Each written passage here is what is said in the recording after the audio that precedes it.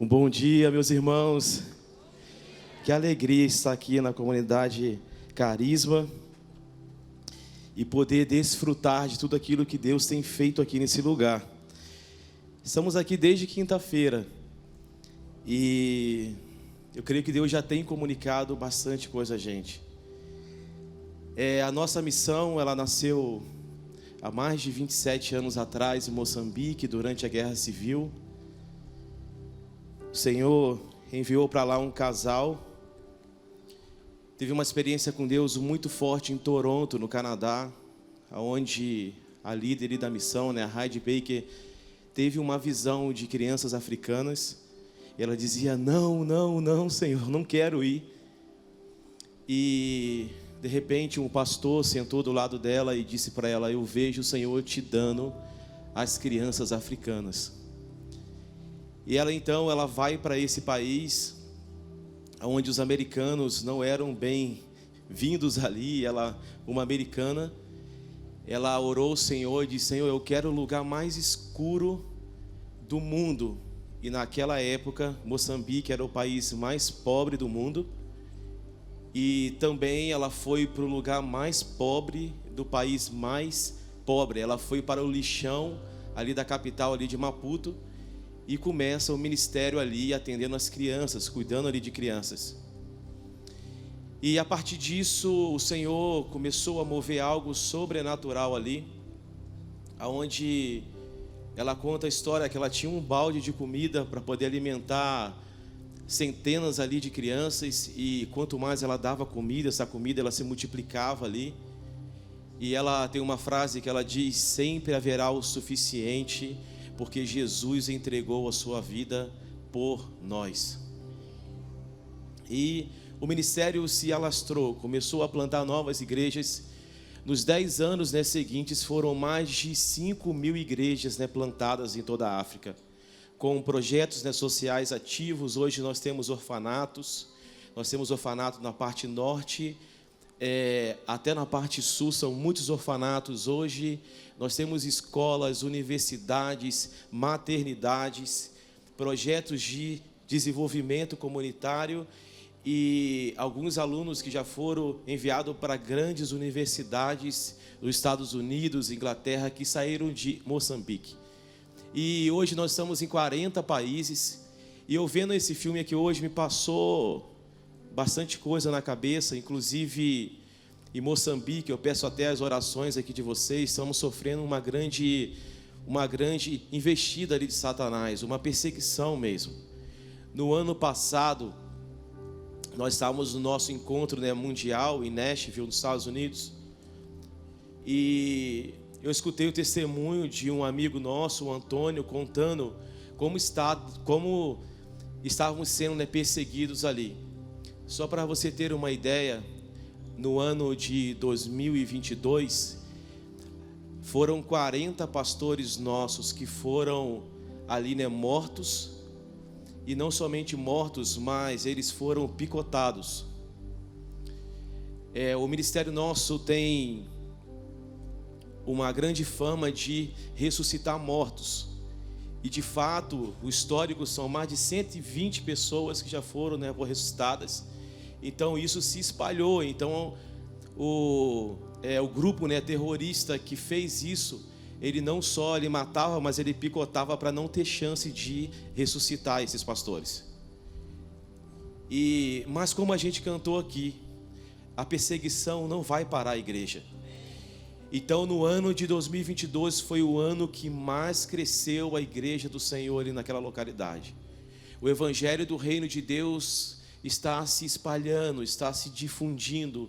A palavra do Senhor tem sido anunciada e nós estamos alegres por conta disso. Então, voltando um pouco, foi se espalhando pelo mundo todo. E aqui no Brasil também estamos desenvolvendo um trabalho.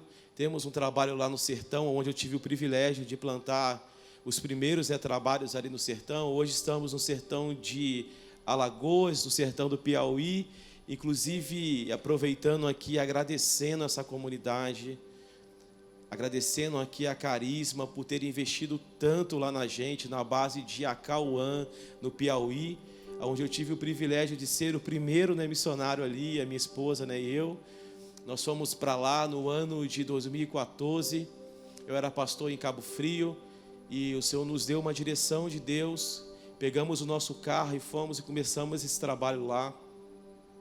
Depois disso o Senhor levou a gente para Alagoas, e de Alagoas expandimos para Sergipe, Rio Grande do Norte, e hoje nós estamos indo para o Pernambuco e outros estados também, para a glória de Deus. Nós queremos ver esse sertão cheio da glória de Deus, e nós sabemos, como a própria palavra diz, que todas as coisas cooperam para o bem daqueles que amam a Deus. E durante a minha mensagem eu vou explicar o porquê disso, o porquê nós estamos envolvidos com tudo isso. Algumas pessoas me perguntam: Maico, como é deixar tudo para você ir para o sertão? Eu sempre digo que, na verdade, eu não deixei nada. Na verdade, hoje eu tenho tudo, porque obedecer ao Senhor é a melhor coisa que possamos fazer na nossa vida. Não há nada mais excelente, mais nobre do que estar à disposição do Senhor para ser usado por Ele, para andar do lado dEle, para ser o amigo dEle. Então não há nada mais nobre que possamos fazer ou desenvolver na nossa vida, seja na nossa comunidade local, seja na nossa localidade, ou então, se o Senhor assim quiser, nos enviar para qualquer lugar, mas é estar disponível para ser aonde Ele nos plantou. E eu quero ler com vocês, se você puder, abre a sua Bíblia comigo, em Mateus, no capítulo 5. Vamos ler aqui parte do Sermão do Monte, Mateus, capítulo 5, do versículo 14 ao versículo 16.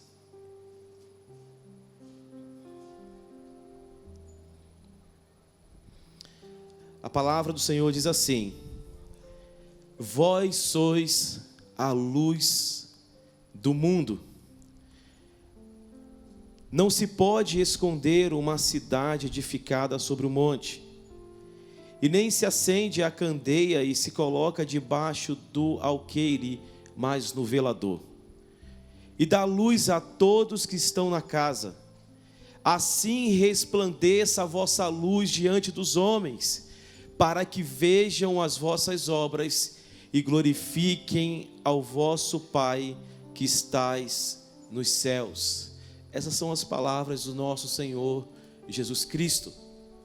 Aqui Ele está nos alertando e ao mesmo tempo nos dando uma responsabilidade de sermos luz. A igreja de Cristo, ela é chamada para ser uma luz no mundo. E essa igreja de Cristo, que ela é um mistério, mas também esse mistério revelado pelo próprio Cristo, é uma casa que dentro dela é iluminada, mas ao mesmo tempo é uma cidade edificada sobre o monte. É um mistério de tamanha grandeza e beleza, talvez imensurável, porque ela produz e ela tem o próprio caráter glorioso de Cristo. Ele tem nos dado, Ele tem colocado dentro de nós aquilo que é dele, e nós carregamos isso, nós possuímos isso por causa dele. Aprove ao Senhor a partilhar conosco do seu próprio caráter. E a proposta que Ele faz para nossas vidas não é muito nova, na verdade é antes da fundação do mundo, a qual Ele já tinha preparado obras para que pudéssemos andar sobre elas.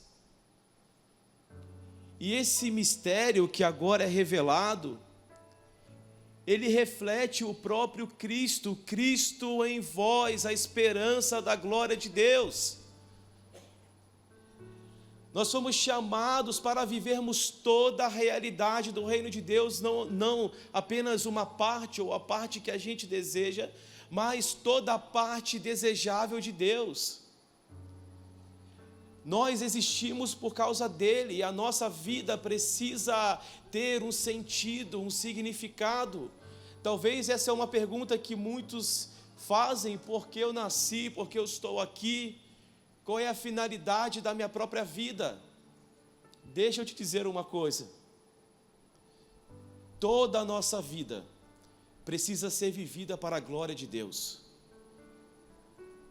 Quando nós não vivemos para a glória de Deus, a nossa vida não serve para nada.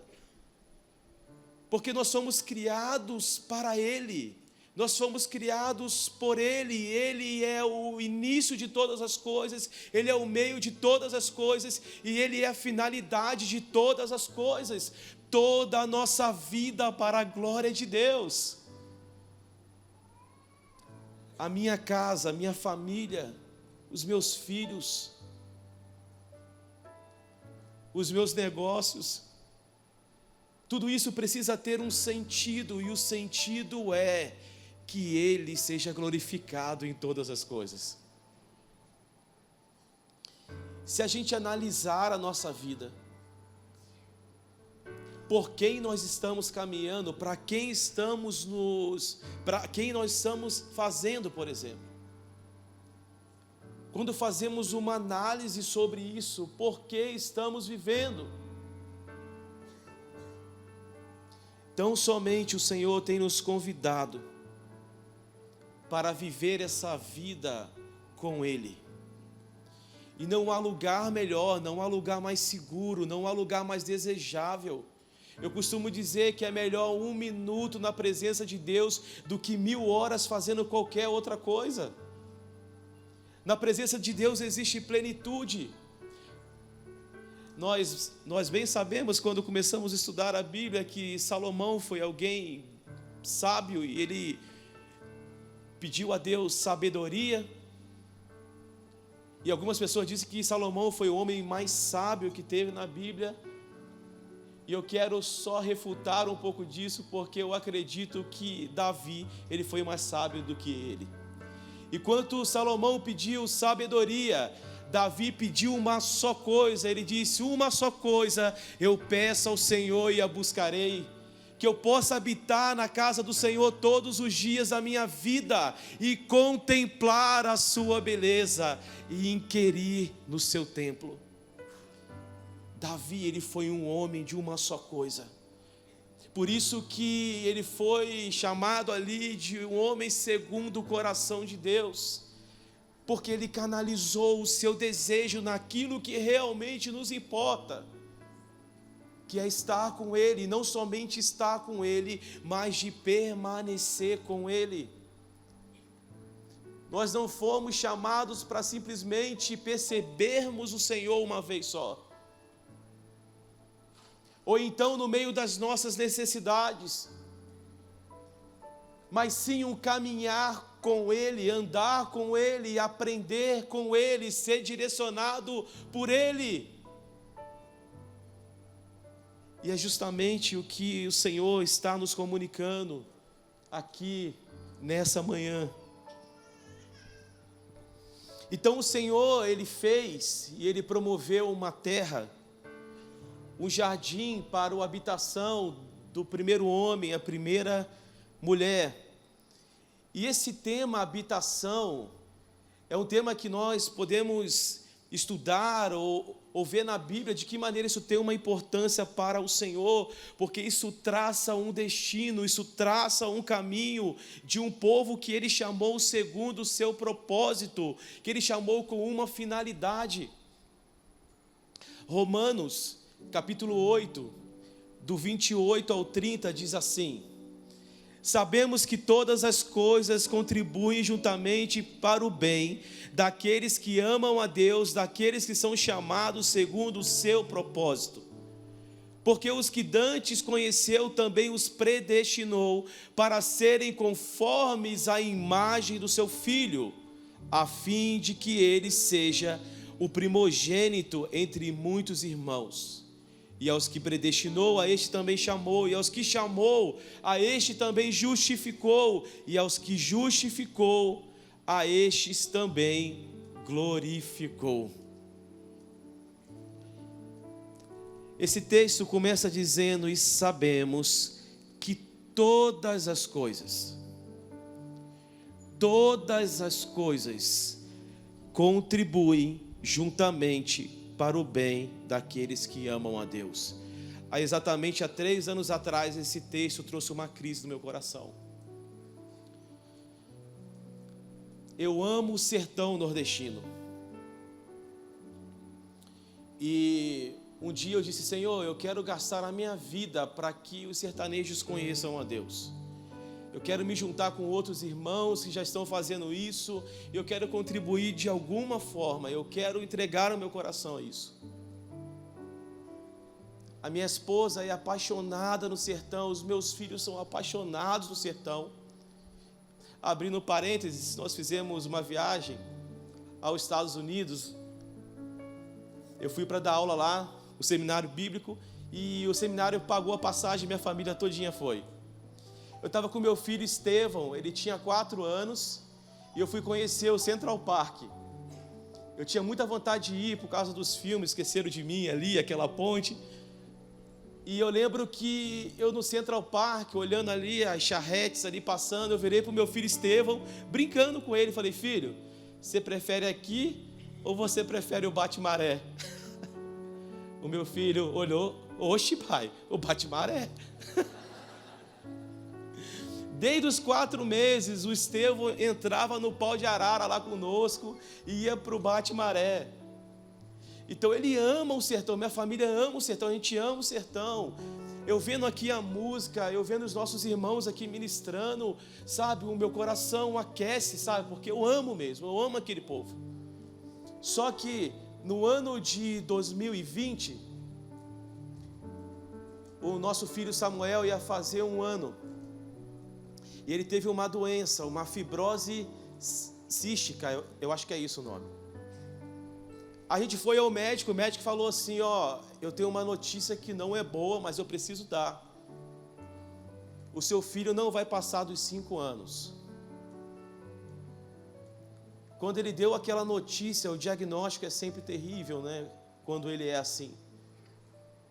Naquele momento eu coloquei a minha fé em xeque e falei: Senhor, você não fez isso aqui comigo, sabe?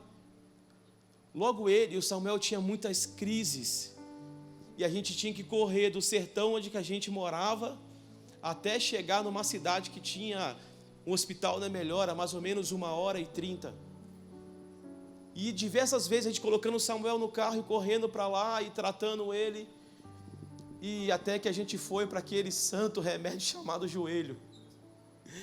Ajoelhamos e começamos a clamar: Senhor, cura a vida do Samuel. Senhor, por favor, se eu quero te pedir talvez a última coisa da minha vida, cura o Samuel. Fizemos o primeiro exame positivo, fizemos o mais específico do suor positivo, e a gente orando ao Senhor. Eu lembro que 3 meses após, orando ao Senhor, eu falei com minha esposa: vamos fazer novos exames. Quando a gente fez o primeiro exame negativo, a gente não acreditou muito, fizemos o segundo exame negativo, o terceiro exame negativo. Para a glória de Deus, o Samuel, ele ficou curado.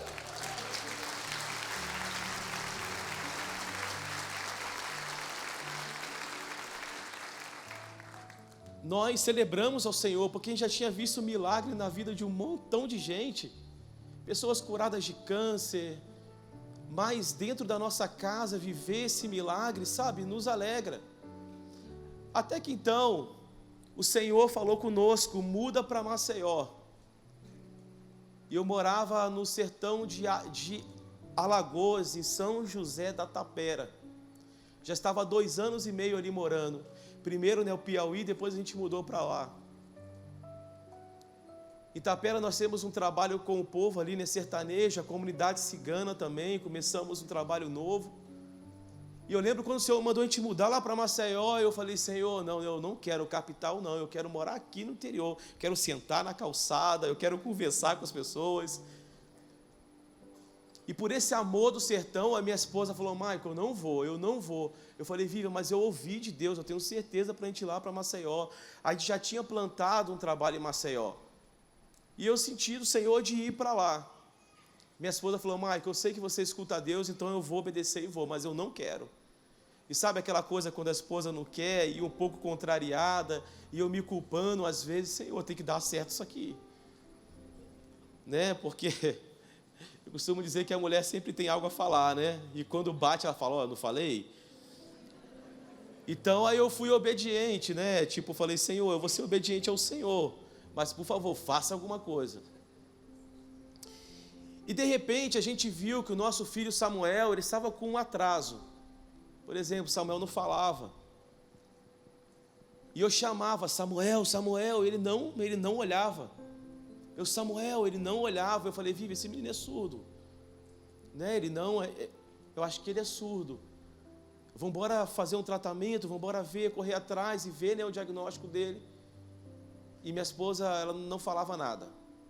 A minha esposa é enfermeira.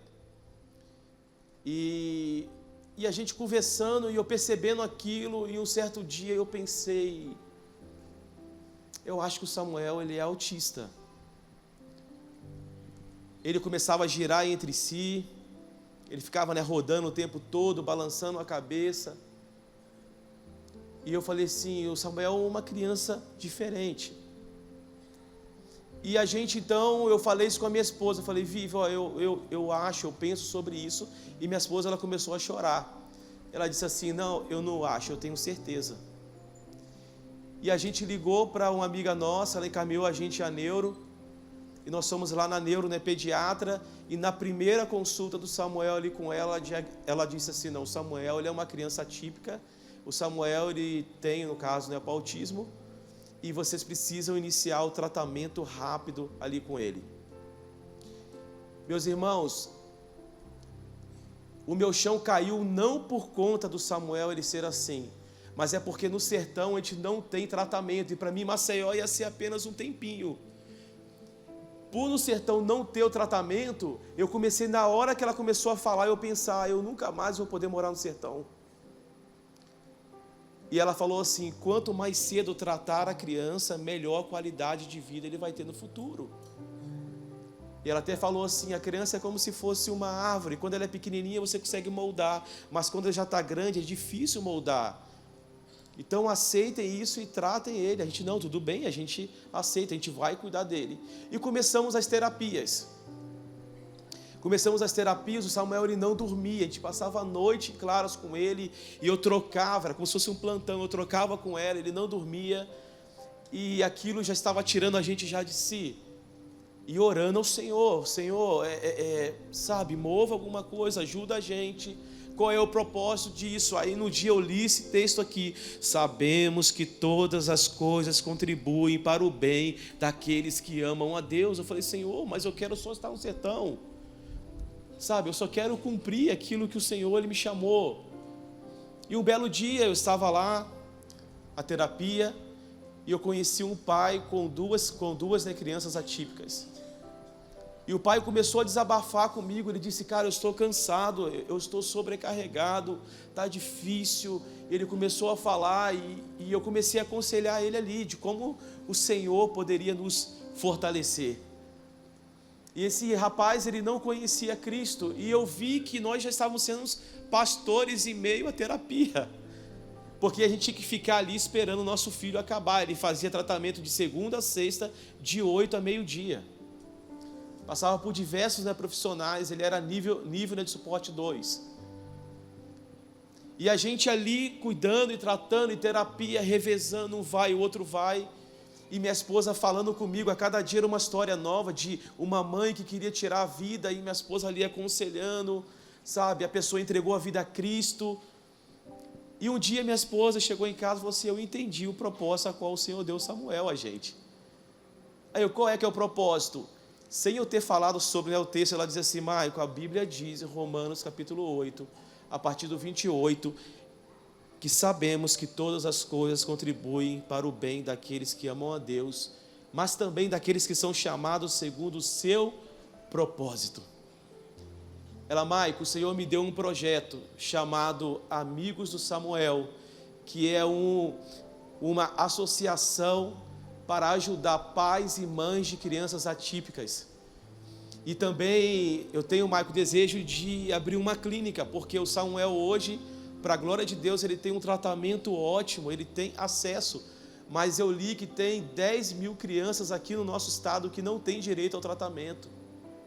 Imagina o sofrimento desses pais que não conseguem o tratamento. Daí a Vivian começou esse projeto que hoje começou a funcionar na nossa própria igreja. A nossa igreja, que a gente não conhecia nada relacionado a isso, começamos a adaptar a realidade da nossa igreja para as famílias de crianças atípicas. E eu comecei a conhecer mães e pais que falavam assim: eu não vou em nenhuma igreja porque ninguém compreende. Na hora que meu filho ele tem uma crise, mas aqui, quando ele começa a ter a crise, sempre tem alguém para poder nos ajudar. Ninguém fica olhando, ninguém fica reclamando ou acusando a gente. E nós começamos a receber essas famílias para a glória de Deus. Meus irmãos, existe beleza no sofrimento. Jesus, ele é a beleza em meio ao sofrimento. Sabe, eu não ia contar essa história aqui, mas se tem algum pai aqui, se tem alguma mãe que está passando por isso, Jesus continua cuidando da sua vida, da sua casa, da sua família. Não permita o sofrimento vencer você. Sofrer, ele é um verbo, e você pode escolher conjugar ele ou não. Entregue o seu sofrimento aos pés do Senhor Jesus, confia nele, e ele vai embelezar, ele vai trazer a sua beleza em meio a tudo isso. Talvez você não está passando por isso, mas talvez você viveu algum outro tipo de sofrimento. E talvez você se culpa, ou talvez você está se martirizando por conta disso. Mas eu tenho aprendido que aquele que foi curado, o Senhor vai usar para curar outras pessoas. Aquele que foi liberto, ele será usado para libertar outras pessoas. E nós, todos que estamos aqui, que fomos salvos, nós seremos usados para salvar outras pessoas. E era isso que Jesus estava nos comunicando: vós sois a luz do mundo. A igreja vai refletir Deus por meio de amá-lo sobre todas as coisas, de amar o nosso próximo na mesma medida que ele nos amou. Ele é a nossa inspiração, é ele que vai nos ajudar a vencer, a prosseguir em meio a essa jornada da nossa vida que não é fácil. É dessa forma que nós iremos acender a nossa candeia, iluminar o nosso coração e de todos que estão na nossa casa. De que maneira? Amando a Deus acima de todas as coisas e derramando desse amor na vida do próximo. Assim, quando isso começar a acontecer, a nossa casa se tornar um modelo. As outras casas também serão iluminadas. A cidade aonde que moramos, ela será iluminada, então ela poderá ser vista pelo mundo.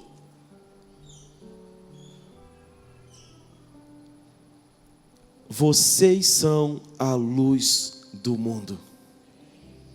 Sim, você é a luz do mundo. Vocês são os bem-aventurados que Jesus estava falando. Uma comunidade do reino de Deus, uma comunidade iluminada pelo próprio Cristo. E é para isso que nós fomos chamados. Romanos capítulo 10, do 14 ao 15 diz assim: como porém invocarão aquele que não creram? E como crerão naquele de quem nada ouviram? E como ouvirão se não há quem pregue? E como pregarão se não forem enviados? Mas como está escrito: quão formosos são os pés daqueles que anunciam boas coisas. Quando Jesus aqui está se referindo à luz do mundo, falando sobre nós, era um chamado para sermos não apenas uma comunidade sem relevância no mundo, mas Ele estava nos chamando para realmente sermos uma cidade iluminada, sermos uma cidade luz. Naquela época, a cidade luz era Roma. Assim como hoje nós conhecemos Paris como a cidade luz, naquela época era Roma. E naquele tempo em que Roma era a cidade luz, a famosa cidade luz, Jesus vem dizendo que a igreja de Cristo, os discípulos, eles que realmente eram essa cidade luz. Ele veio contradizendo o que o mundo dizia naquela época. Ele veio com um contraponto importante em mostrar para os discípulos que existe um contraste entre aquilo que o mundo diz e aquilo que ele diz. Nós bem sabemos que não somos aquilo que o mundo diz, não somos o que o sistema diz, nós somos o que a palavra de Deus diz sobre nós. E o que a palavra diz sobre nós é que nós somos a luz do mundo, iluminados pelo brilho do Espírito, que um dia acendeu em nossos corações, trouxe a convicção de não apenas viver essa vida para essa vida, mas compreendendo a bendita esperança, o reino eterno que está proposto para nós. E nós estamos no meio dessa construção.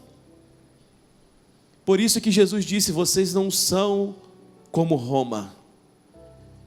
Vocês não são a comunidade de Roma, vocês são a comunidade do reino de Deus. Por isso que ao ser interrogado, Jesus disse: o meu reino não é desse mundo. Roma vivia um contraste da comunidade do reino de Deus. Como tem um amigo nosso que dizia que Roma dominava pelo medo, mas a comunidade do reino, ela vive em sujeição ao amor de Deus. Por isso ela é chamada de cidade luz. Jesus disse: eu vos dou a paz, não como o mundo a dá.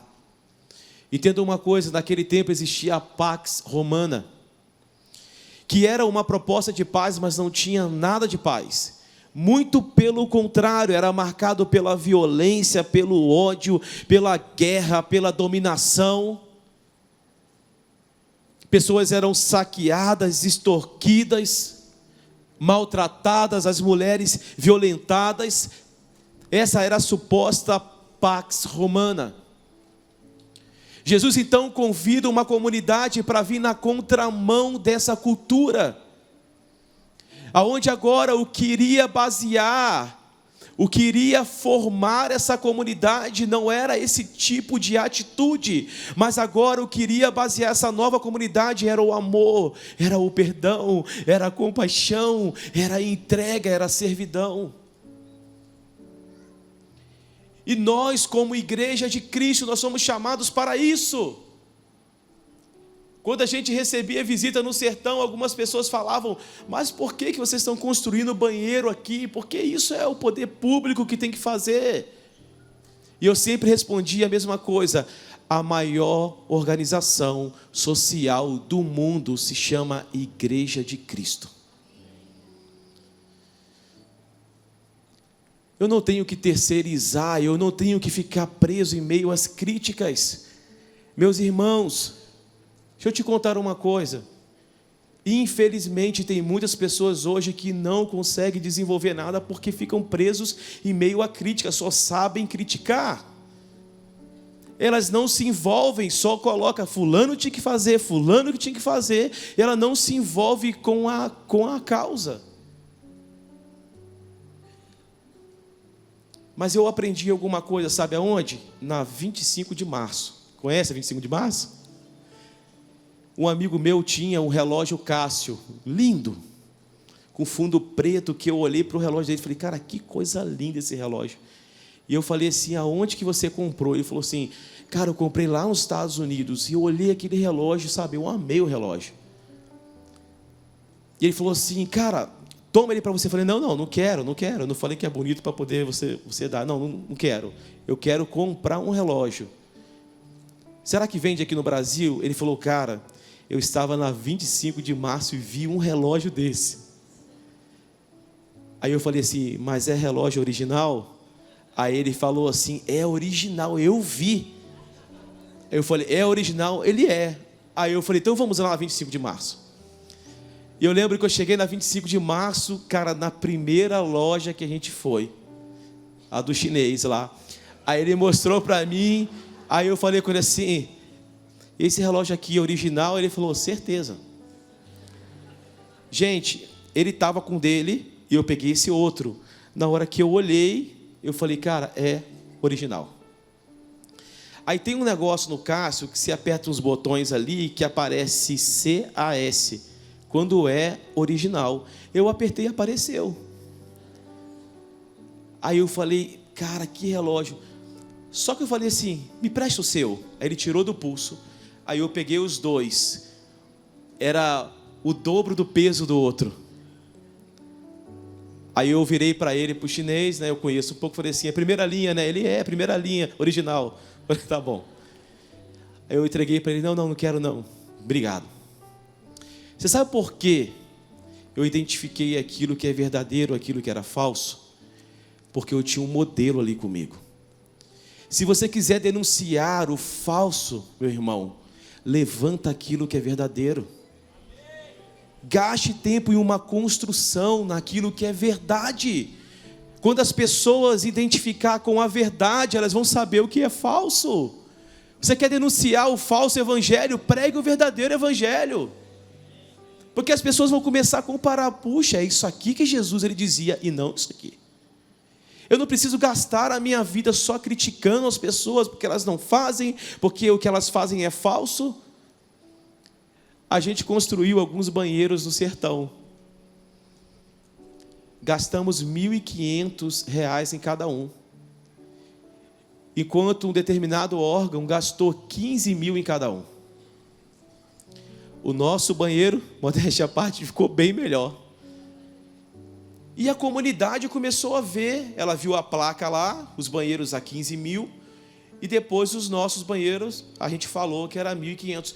A gente não falou contra os 15 mil do banheiro em nenhum momento. Mas os moradores ali do sertão começaram a falar, calma aí. Tem uma diferença bem grande aqui. E eles foram bater na prefeitura. E começaram a perguntar ao prefeito. Falou assim, cara, por que está acontecendo? O prefeito, não, isso não é comigo. E eles foram bater no órgão que realmente deveria por conta disso. A gente não precisou falar com eles assim, olha aqui que vergonha. Não. A gente só falou assim, é possível construir com R$ 1.500. É tempo de gastarmos a nossa vida naquilo que é verdade. De construir baseado numa verdade. Por isso que Jesus ele disse, eu vos dou a paz, a verdadeira paz. Não a paz como o mundo diz que é paz. Porque essa paz que o mundo está dizendo não é a verdadeira, mas eu vos dou a verdadeira paz. Enquanto eles escravizavam o povo, abusavam ali de mulheres, aquilo apontava para nós, que temos os nossos olhos em Cristo, que Roma não era a cidade-luz, eles não têm paz para nos oferecer. Aí Jesus vem e disse, vocês são a luz do mundo, vocês são aqueles que acolhem o reino de Deus, esses sim são a verdadeira luz. Meus irmãos, nós somos chamados para iluminar o mundo, iluminar os lugares escuros. Existe um princípio físico que é espiritual. Se você entrar num quarto escuro e trancar tudo e apagar a luz, as trevas vão se apoderar ali daquele lugar. Mas se você acender uma luz, as trevas são dissipadas, elas saem. Por isso que as nossas orações, elas têm sido: Senhor, nos leva para os lugares mais escuros. Entenda uma coisa comigo: o lugar escuro, ele pode estar numa comunidade carente, ou então o lugar escuro pode estar na casa mais chique lá do Alphaville.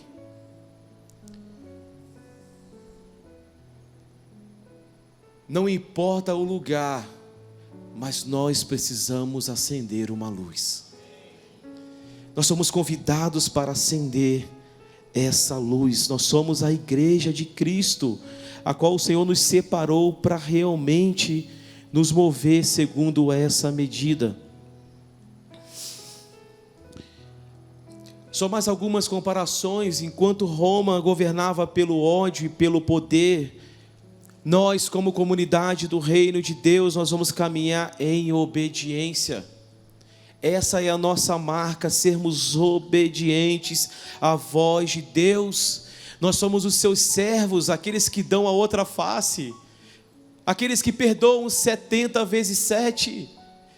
É por isso que de Mateus 5 a Mateus 7, Jesus ali, ele gasta um tempo investindo em nós, nos dando conselhos práticos, não é somente algo teórico.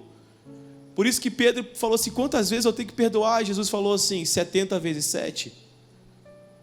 Uma vez eu vi um teólogo dizendo que realmente ali não é 70 vezes 7 a soma, mas é 7 elevado a 70. Aí eu falei: quanto é que é isso? Ele falou assim: perdoa o tempo todo. Senão eu poderia fazer um quadrinho na minha casa: ó, chegou o número aqui, acabou o perdão, meu irmão. Agora...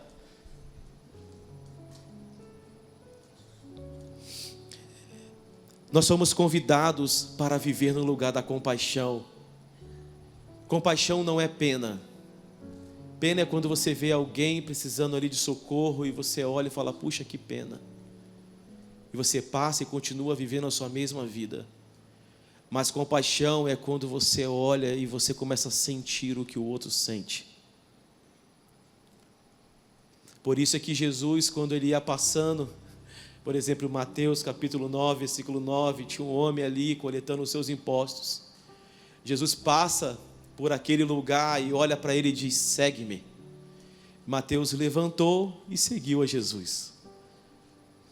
Eu sempre digo que assim, eu não me conformo com esse texto. Eu não me conformava. Porque como assim? O cara estava vivendo o dia dele comum. Não estava ali, lógico, ele era odiado de fato, né, cobrador dos impostos, mas ele estava ali vivendo e fazendo o trabalho dele. E Jesus passa e diz: segue-me. Ele levanta e segue a Jesus. Como é que acontece isso? Eu fiz administração, isso é justa causa. Levantar do lugar de trabalho sem comunicar ninguém sair, isso pode dar justa causa. Mas sabe o interessante? Comecei a estudar esse texto e vi que a palavra seguir é a palavra kolotel, que significa tornar-se semelhante a Deus. E a palavra levantar é a palavra anisteme, que significa levantar dentre os mortos. Então é como se Jesus olhasse para aquele homem e falasse assim: levanta-te dentre os mortos para ser semelhante a Deus. Ele estava chamando Mateus para uma nova vida, e Mateus, ele fez isso, ele levantou e se tornou um fiel seguidor de Jesus até o seu martírio.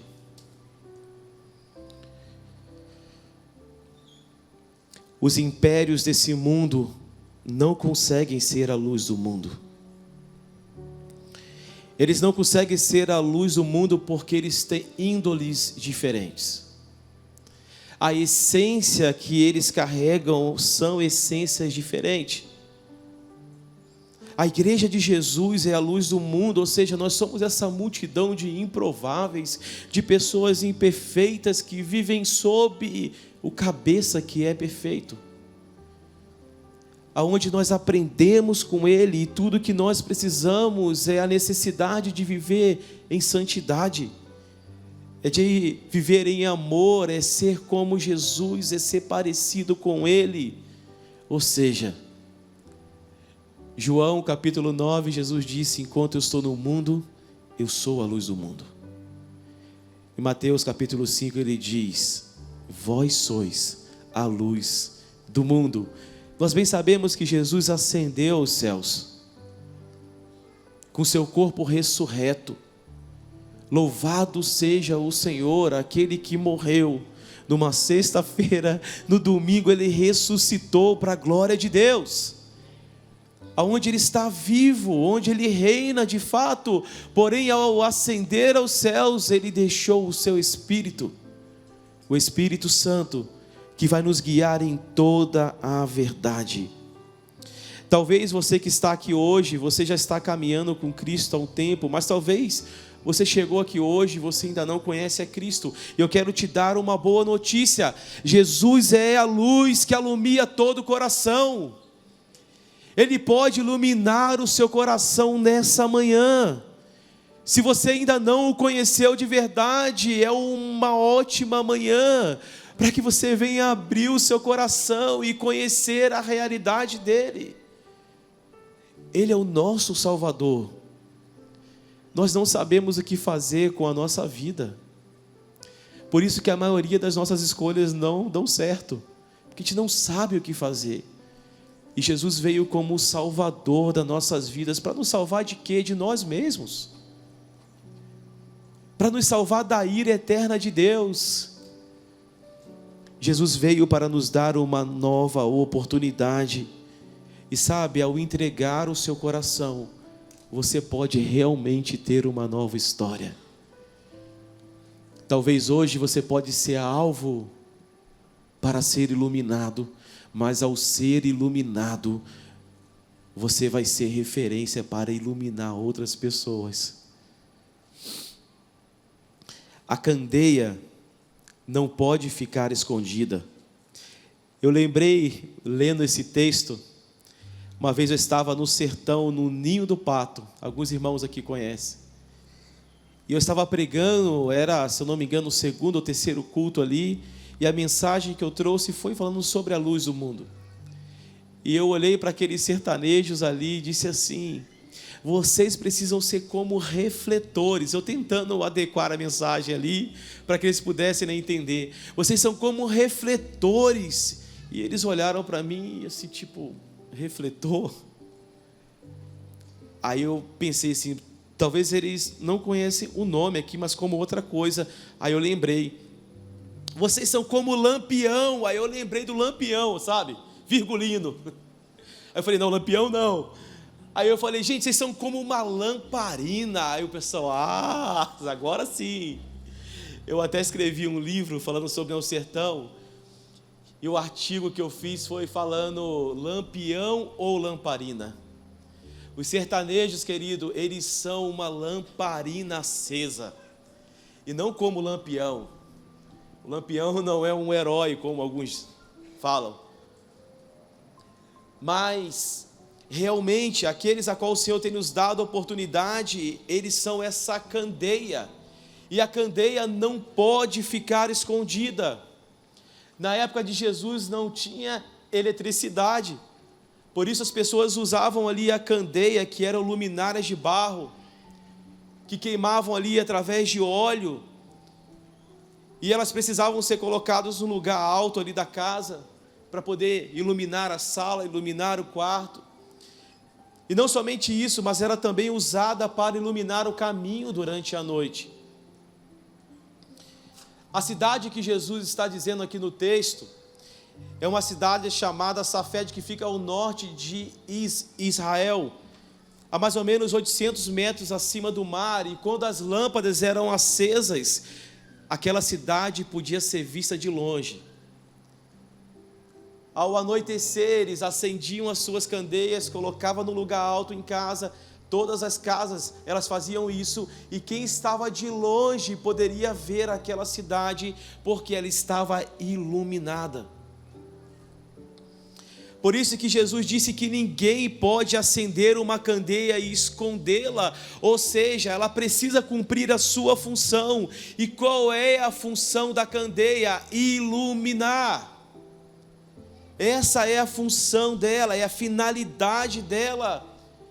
Por isso que a nossa candeia não pode ficar escondida. É por isso que ela tem que ser colocada no velador, no lugar alto, para que as pessoas possam ver que ela está iluminada. Para aqueles que não conseguem enxergar o caminho, eles possam ver que existe uma luz que alumia e ela pode nos levar até esse caminho. E a boa notícia é que nós sabemos quem é a luz se chama Jesus. Por isso que Jesus disse: eu sou o caminho, a verdade e a vida, e ninguém vai ao Pai a não ser por mim. O nosso chamado é para acendermos uma candeia, acendermos essa luz nesses lugares. Iluminar o ambiente é a nossa finalidade, nós somos chamados para isso, para que as pessoas possam ver e, como disse o texto, glorificar a Deus. Esse é um chamado muito excelente. Iluminar o caminho para que as pessoas possam ver. Eu costumo dizer que é maravilhoso você orar, por exemplo, e você ver um cego ver. É um milagre excepcional. Você vê talvez um paralítico andar, isso é excepcional, é um milagre lindo. Assim como eu contei aqui, o Samuel, da cura dele, é lindo, é extraordinário. Porém, o maior milagre que possa existir é quando um pecador, ele encontra com o seu Salvador. É o ministério que Paulo vai chamar do ministério da reconciliação. Está lá em 2 Coríntios, no capítulo 5, onde ele diz que o Senhor nos confiou esse ministério. No versículo 20 ele diz: de sorte que somos embaixadores da parte de Cristo. Embaixadores são representantes legais do reino de Deus aqui na terra. Isso não é somente para os discípulos ali, não é somente para os apóstolos lá, ou para os pastores aqui hoje. Esse é um privilégio para todos nós, de sermos representantes desse reino aqui na terra. É por isso que o crente, o cristão, conforme você queira chamar, ele não pode esconder a sua luz, mas ele deve irradiar a luz do Evangelho, através do seu comportamento, através do seu testemunho, através da sua vida ordinária. Iluminar no seu local de trabalho, aonde que é mais difícil. Iluminar na sua universidade. Você ser a luz no meio da sua família, para a sua família. Iluminar o sertão. Iluminar aí os mais de 7 mil grupos étnicos do mundo que nunca ouviram falar de Cristo. Esse privilégio foi dado para mim e para você que está aqui hoje. E nós não podemos passar isso à frente ou passar para o outro, mas nós devemos assumir essa responsabilidade de tamanha grandeza. Então, a finalidade de sermos uma luz nesse mundo não é o louvor para nós mesmos. Tudo o que a Carisma está fazendo, tudo aquilo que os nossos irmãos que estão lá em Santa Filomena, que estão nos interiores, tudo isso que estamos fazendo não é para o louvor de nós mesmos, mas é para que o Senhor, aquele que é merecedor de todas as coisas, Ele possa receber toda a honra, toda a glória, todo o louvor, toda a adoração. É por isso que você está aqui hoje, querido, não somente para participar de um culto, mas para oferecer ao Senhor, porque Ele é digno de todas as coisas. Talvez se você chegou aqui hoje enfraquecido, talvez na sua fé, meu irmão, talvez a sua candeia está com uma fagulhazinha acesa. existe alguém que está aqui entre nós, chamado Jesus Cristo. Se você convidar, Ele pode acender a candeia do seu coração. Aquela chama que está pequenininha, Ele pode fazer crescer, até virar um grande fogaréu no seu coração. Ele pode fazer isso, Ele pode te dar ânimo novamente, Ele pode reacender ministérios que foram apagados, Ele pode fazer ressuscitar sonhos que um dia Ele colocou no seu coração, e talvez por conta do desânimo, talvez por algum tipo de palavra, você escondeu isso. O Senhor está te chamando para viver, para iluminar essa cidade. Que essa cidade seja iluminada pelas candeias que o Senhor trouxe aqui nessa manhã. Para você que está vendo em casa, permita que o Senhor venha fazer isso.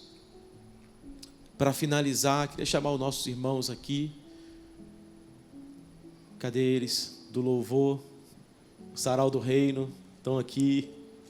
Os caras são bonitos, né? Gente, eles são irmãos, tá? Eu não sabia, fiquei sabendo agora. Hoje não, ontem. Hã? Desde pequeno eles falaram que eles são irmãos. Verdade. Queria te convidar a ficar de pé, se você puder. Nós vamos orar juntos. Sabe, Deus tem levantado uma igreja em movimento. Deus não tem levantado uma igreja para ficar na inércia, mas para estar em movimento. Uma comunidade do reino de Deus. Uma cidade iluminada, essa mesma que foi chamada para libertar os cativos das trevas. Essa mesma que foi chamada para ir para os lugares mais escuros. Eu lembro da história do general William Booth, Exército da Salvação.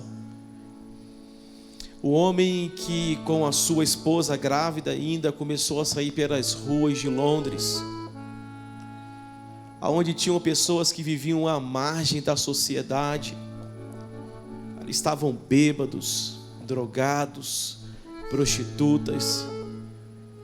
E eles começaram ali a cuidar dessas pessoas, levando uma sopa, levando ali um sabão para poder lavar elas, e o principal, levando salvação. O William Booth e a sua esposa começaram a trabalhar e se dedicar. Existe até um livro chamado Sopa, Sabão e Salvação, que conta a história deles. Eles começaram a cuidar de pessoas ali e começou a crescer o ministério que hoje ele está em quase todas as nações do mundo, o Exército da Salvação.